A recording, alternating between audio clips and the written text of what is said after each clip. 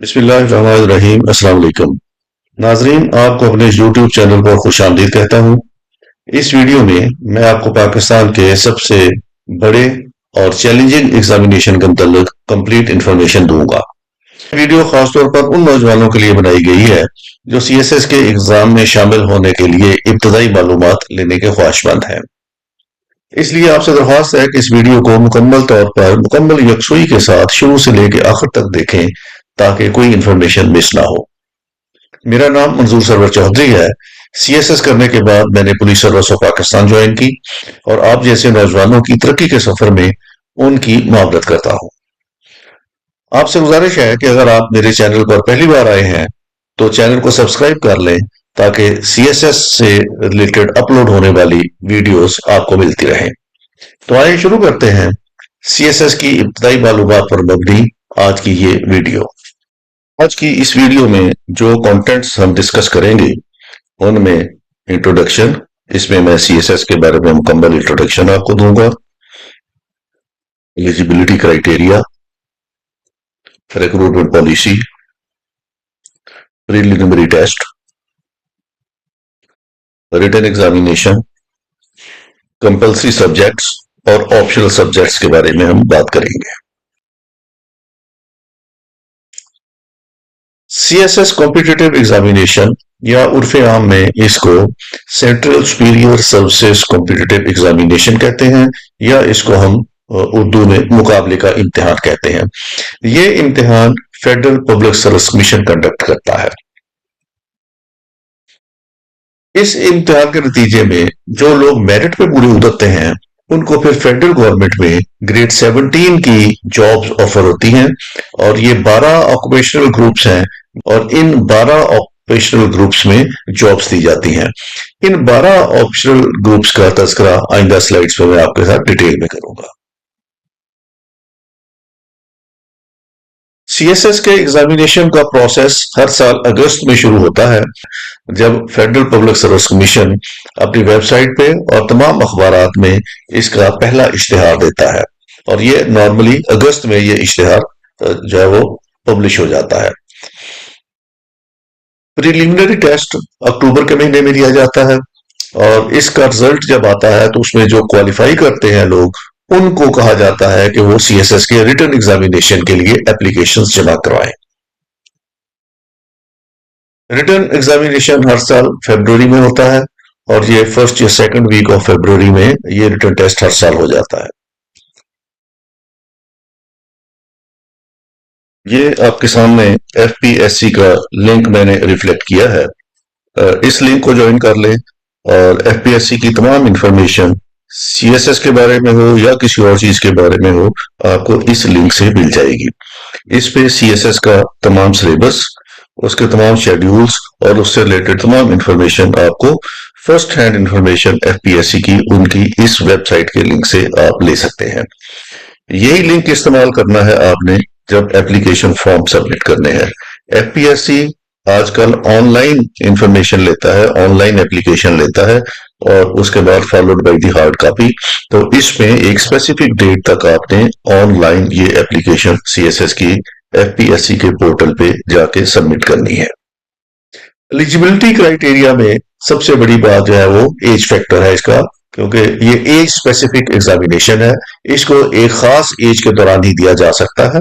इस वक्त जो एज मुकर्रर की हुई है वो 21 साल से 30 साल की एज है। 21 साल से कम उम्र नौजवान ये एग्जाम नहीं दे सकते और 30 साल से ज्यादा उम्र के आम नौजवान ये एग्जाम नहीं दे सकते। सिर्फ वो लोग बैठ सकते हैं जिनको 2 साल की रिलैक्सेशन दी हुई है। तो रिलैक्सेशन के साथ इसकी अपर एज 32 साल हो जाती है और ये रिलैक्सेशन मखसूस लोगों को दी जाती है। इसमें गवर्नमेंट सर्वेंट्स हैं उनको मिल जाती है, शेड्यूल कास्ट है उनको मिल जाती है, माइनॉरिटीज हैं उनको मिल जाती है, बैकवर्ड एरियाज के लोग हैं उनको मिल जाती है। तो उनकी एज 32 साल होती है। बाकी जो आम नौजवान है उनकी एज 21 साल से 30 साल है।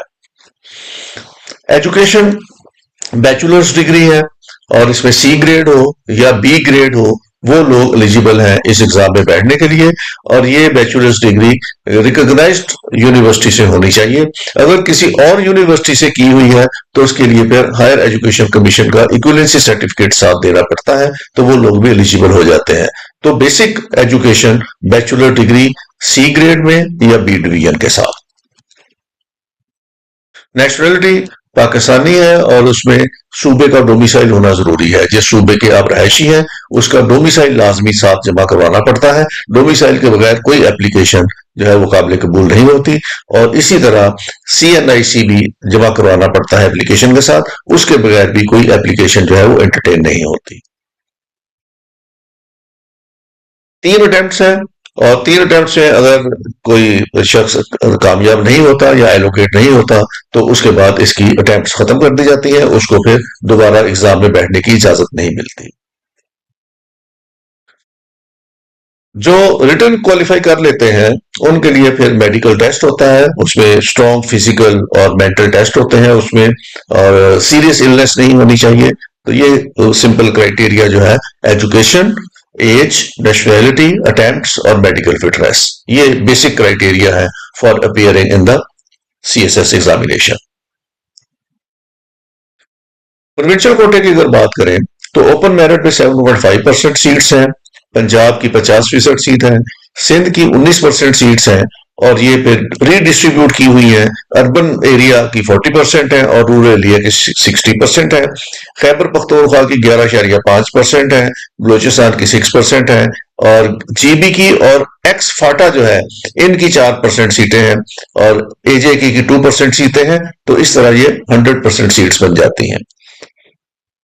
अगर किसी सूबे में कोटे से ज्यादा उम्मीदवार पास हो जाए तो सिर्फ जो मेरिट पे आने वाले लोग हैं ऊपर हैं उनको जॉब्स ऑफर होती हैं और जो मेरिट से नीचे हो तो फिर उनको जॉब्स ऑफर नहीं होती, बेशक उन्होंने एग्जामिनेशन क्वालिफाई कर लिया हो। CSS में रिजर्व सीट्स भी हैं। विमेन के लिए 10% कोटा रखा हुआ है, माइनॉरिटीज के लिए 5% कोटा रखा हुआ है और उसके बाद जो डिसेबल्ड हैं इनके लिए कोई कोटा मखसूस नहीं है, लेकिन वो एग्जामिनेशन में अपीयर हो सकते हैं और वो सूबाई कोटे में से उनको सीटें दी जाएंगी। ऑक्यूपेशनल ग्रुप्स जैसे मैंने आपको पहली स्लाइड में बताया है ये 12 है। इन 12 ग्रुप्स में commerce and trade, foreign service of Pakistan, information group, inland revenue service, military land and cantonment, office management group, Pakistan administrative services, Pakistan audit and account service, Pakistan custom services, police service of Pakistan, postal group और railway group. ये 12 occupational group हैं। CSS में जो लोग कामयाब हो जाते हैं और मेरिट पे पूरे उतरते हैं उनको फिर इन 12 ग्रुप्स में से किसी एक में एलोकेट किया जाता है और ये एलोकेशन मेरिट के हिसाब से होती है। जो मेरिट वाले हैं CSS क्वालिफाई करने का ये बिल्कुल मतलब नहीं है कि उसको जॉब ऑफर हो जाएगी। जॉब सिर्फ उतने लोगों को ऑफर होती है जितनी वैकेंसीज हैं। अगर वैकेंसीज से ज्यादा लोग कामयाब हो जाएं तो सिर्फ उन लोगों को फिर जॉब मिलती है जो मेरिट पे ऊपर हो और मेरिट पे जो नीचे वाले लोग हैं फिर उनको जॉब ऑफर नहीं होती। अब मैं आपको कॉम्पिटिटिव एग्जामिनेशन की जो स्टेजेस है वो उसके बारे में थोड़ी सी आगाही देता हूं। कॉम्पिटिटिव एग्जामिनेशन 3 स्टेजेस में लिया जाता है और ये 3 स्टेजेस इस तरह है कि सबसे पहले MPT, multiple choice MCQ based preliminary test, ये 200 मार्क्स का होता है और ये फर्स्ट स्टेज है कि आप जो क्वालिफाई करते हैं MPT वही लोग अगली स्टेज पे रिटन एग्जामिनेशन में बैठ सकते हैं। दूसरी स्टेज रिटन एग्जामिनेशन की है। ये 1200 मार्क्स का रिटन एग्जामिनेशन है और इसके 12 पेपर हैं। हर पेपर जो है वो 100 मार्क्स का है और ये 12 पेपर में जो रिटन क्वालिफाई कर ले उसको फिर साइकोलॉजिकल टेस्ट और इंटरव्यू के लिए बुलाया जाता है और इंटरव्यू जो है वो 300 मार्क्स का है। तो इस तरीके से ये 3 स्टेजेस पे ये एग्जाम कंप्लीट होता है। MPT में जो नंबर हासिल किए जाएं वो मेरिट बनाने में इस्तेमाल नहीं होते या मेरिट में शामिल नहीं होते। मेरिट बनाने के लिए सिर्फ रिटन में हासिल करदा नंबर और इंटरव्यू में लिए गए नंबर्स जो है उनकी बुनियाद पर मेरिट बनता है। एमपीटी सिर्फ क्वालिफाई करने के लिए है कि वो कैंडिडेट जो एमपीटी क्वालिफाई करेंगे वो रिटन में अपीयर हो सकते हैं। एमपीटी क्वालिफाई किए बगैर कोई कैंडिडेट रिटन टेस्ट में अपीयर नहीं हो सकता, तो ये जरूरी है एमपीटी में क्वालिफाई करना।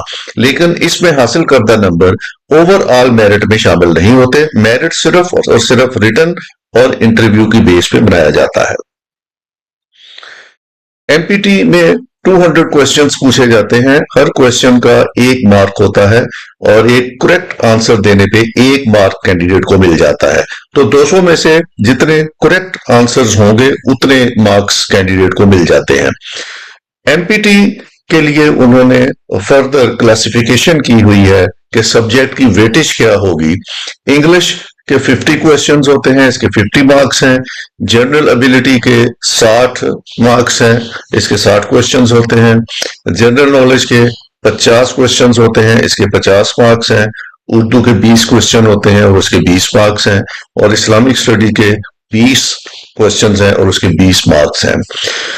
एमपीटी की एक खुश आइंद बात यह है कि इसमें नेगेटिव मार्किंग नहीं है। अगर एक कैंडिडेट के क्वेश्चंस गलत हो जाते हैं, आंसर्स गलत हो जाते हैं, तो उसको कोई पेनल्टी नहीं पड़ती। उसको सिर्फ दुरुस्त जो आंसर्स होते हैं उनके नंबर मिल जाते हैं और उसकी कोई डिडक्शन नहीं होती गलत आंसर देने पे। दूसरी इसकी जो अच्छी बात है वो ये है कि एमपीटी की पास परसेंटेज सिर्फ 33% है।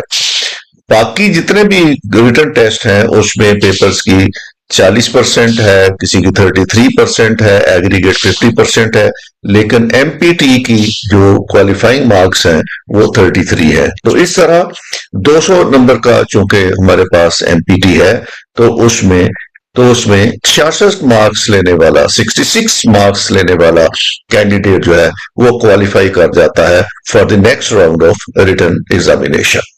रिटन टेस्ट जो है उसका उसमें कंपल्सरी सब्जेक्ट्स 6 हैं और ये 600 नंबर के हैं।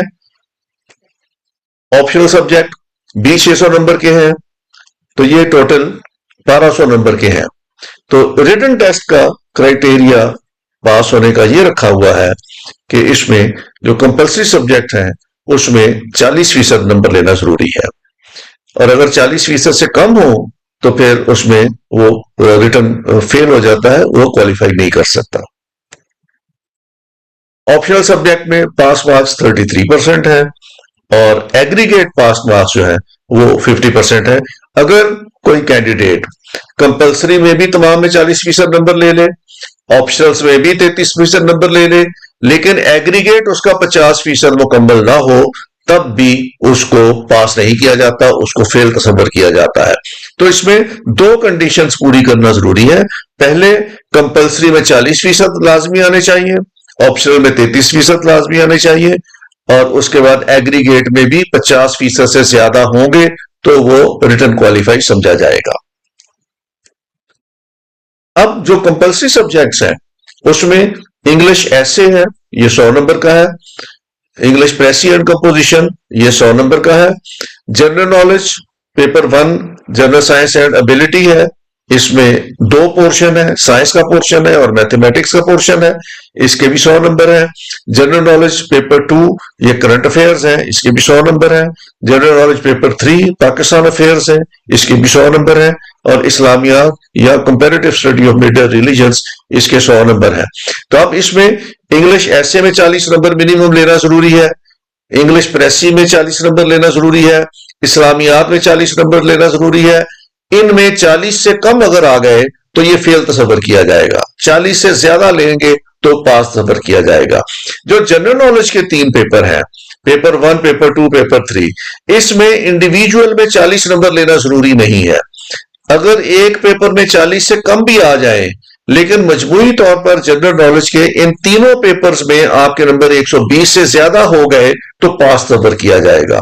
इसमें इंडिविजुअल में फेल पास का तस्वर नहीं है, ये कलेक्टिवली एक सब्जेक्ट समझा जाता है और इसमें तीनों पेपरों में मिला के अगर 120 नंबर आ जाए तो वो पास तस्वर किया जाएगा। तो इंग्लिश ऐसे और इंग्लिश प्रेसी और इस्लामियात ऐसे सब्जेक्ट हैं कि इनमें से किसी एक में भी 40 से कम नंबर आ जाए तो वो बच्चा फेल हो जाता है, जबकि जनरल नॉलेज के तीनों पेपरों में मिला के 120 नंबर से अगर ज्यादा आ जाए तो वो पास सबर होता है, बेशक किसी एक में उसके नंबर 40 से कम भी हो। सब्जेक्ट में पब्लिक सर्विस कमीशन की स्कीम के मुताबिक इन ऑप्शनल सब्जेक्ट्स को 7 ग्रुप्स में तकसीम किया गया है और इन 7 ग्रुप्स में 45 सब्जेक्ट हैं। हर उम्मीदवार को इन 45 सब्जेक्ट्स में से 600 नंबर के सब्जेक्ट्स लेने होते हैं। तो उसकी स्कीम इस तरह है कि ग्रुप 1 में 5 सब्जेक्ट हैं और इनमें तमाम सब्जेक्ट 200 नंबर के हैं। इनमें से उम्मीदवार एक सब्जेक्ट 200 नंबर का ले सकता है। सब्जेक्ट्स हैं accounting and auditing, economics, computer science, political science and international relations. तो इनमें से एक सब्जेक्ट 200 नंबर का ऑप्ट किया जा सकता है। दूसरा ग्रुप जो है इसमें 6 सब्जेक्ट हैं। इनमें से फिजिक्स और केमिस्ट्री 200 नंबर के हैं और उसके बाद applied math, pure math, statistics और जियोलॉजी, ये 100 नंबर के हैं। तो उम्मीदवार ग्रुप 2 में से भी 200 नंबर के सब्जेक्ट ले सकता है। ग्रुप 3 100 नंबर के सब्जेक्ट्स हैं। इसमें टोटल 4 सब्जेक्ट हैं। इसमें बिजनेस एडमिनिस्ट्रेशन है, public administration, governance and public policies, town planning and urban management. तो ये 4 सब्जेक्ट हैं ग्रुप 3 में। इसमें से उम्मीदवार 100 नंबर का एक सब्जेक्ट ले सकता है। ग्रुप 4 ये भी 100 नंबर के सारे सब्जेक्ट्स हैं और इसमें 5 सब्जेक्ट हैं और ये हिस्ट्री ग्रुप है। इसमें history of Pakistan and India, Islamic history and culture, British history, European history और हिस्ट्री ऑफ यूएसए।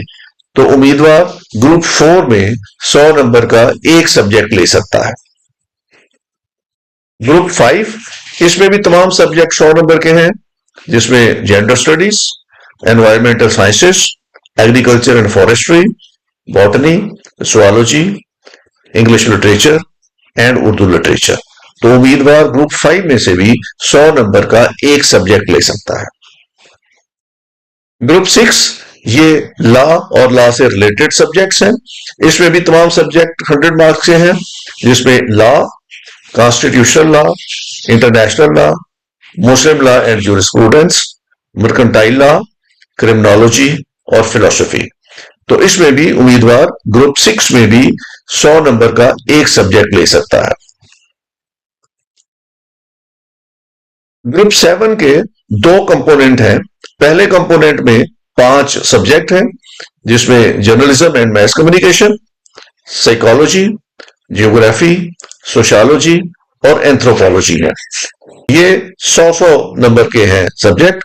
और उसके बाद रीजनल लैंग्वेजेस हैं, जिनमें पंजाबी, सिंधी, पश्तो और बलोची है और उसके बाद पर्शियन और अरेबिक है।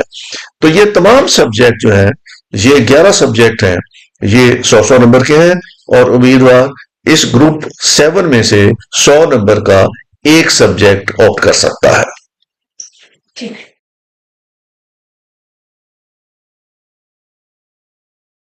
ये थी सीएसएस के बारे में बेसिक इंफॉर्मेशन, जो हर उम्मीदवार को तैयारी शुरू करने से पहले इसके बारे में अवेयरनेस होनी चाहिए, ताकि वो इस इंफॉर्मेशन को सामने रखते हुए अपनी प्लानिंग करें और देखें कि वो एलिजिबिलिटी क्राइटेरिया में पूरा उतरता है या नहीं। और दूसरा, उसने सब्जेक्ट कौन कौन से सिलेक्ट करने हैं, ताकि वो एक बेफिटिंग मैनर में अपनी तैयारी को शुरू कर सके। वीडियो देखने का बहुत बहुत शुक्रिया। उम्मीद है आपको ये वीडियो पसंद आई होगी। अगर ये वीडियो आपको अच्छी लगी है तो इसको लाइक जरूर करें, अपने फ्रेंड्स के साथ शेयर भी करें और अगर आपने मेरे चैनल को सब्सक्राइब नहीं किया तो इसको सब्सक्राइब कर लें, ताकि सीएसएस से रिलेटेड आइंदा अपलोड होने वाली वीडियोस भी आपको मिलती रहे। वीडियो देखने का बहुत बहुत शुक्रिया। Thank you very much. Take care. खुदा हाफिज।